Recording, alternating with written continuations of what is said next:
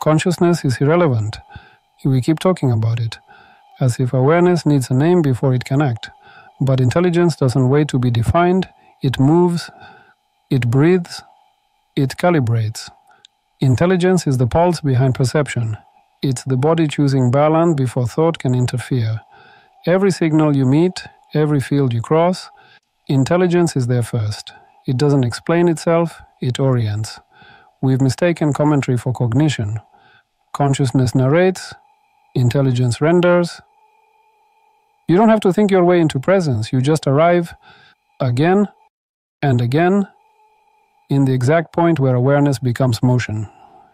Intelligence is tangible. It's the hum in the bone, the breath that recenters the world. And when you notice it, really notice, it's already doing what it came here to do. Be.